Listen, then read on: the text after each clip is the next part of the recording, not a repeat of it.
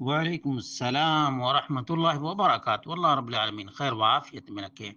سوال یہ تھا کہ بدعتی کو حدیث بھیجتے ہیں تو قبول کر لیتے ہیں،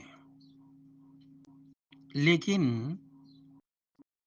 بدعات کے سلسلے میں کہتے ہیں کہ یہ مستحب ہے، اگر نہ کوئی کرے تو کوئی حرج نہیں، لیکن کر لیتا ہے تو بھی درست ہے۔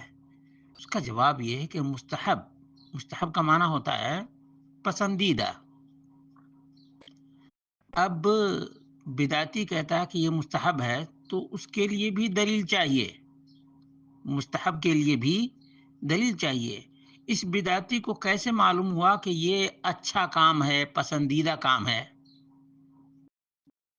حالانکہ اللہ کے رسول صلی اللہ علیہ وسلم نے فرمایا نیکی کے جتنے بھی کام تھے تمام کاموں کو رسول اکرم صلی اللہ علیہ وسلم نے بیان کر دیا ہے۔ ما ترکت شیئا یقربکم الی الجنہ، جنت میں لے جانے والے جتنے کام تھے تمام کو نبی اکرم صلی اللہ علیہ وسلم نے واضح کر دیا ہے۔ اس کے باوجود کسی بدعت کو کوئی مستحب کہہ سکتا ہے؟ نہیں۔ دوسری چیز یہ ہے کہ اللہ رب العالمین نے فرمایا یا ایھا الذین آمنوا لا تقدموا بین یدی اللہ ورسولہ، ایمان والو اللہ اور اس کے رسول سے آگے نہ بڑھو۔ اب یہ جو بدعتی کر رہا ہے یہ اللہ اور اس کے رسول سے آگے بڑھتا ہے، اللہ کی نافرمانی ہے۔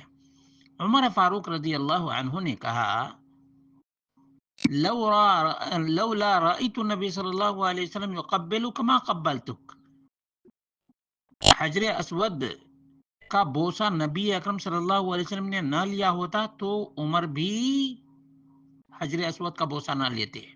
معلوم یہ ہوا کہ نبی اکرم صلی اللہ علیہ وسلم سے ثبوت چاہیے، بغیر ثبوت کے کچھ نہیں کر سکتے دینی کام۔ تیسری اور چوتھی چیز یہ ہے کہ اللہ کے رسول صلی اللہ علیہ وسلم نے بیان فرمایا ایسے ناہنجار لوگ پیدا ہوں گے یفعلون ما لا یؤمرون، جس کا حکم نہیں دیا گیا وہی کام کریں گے۔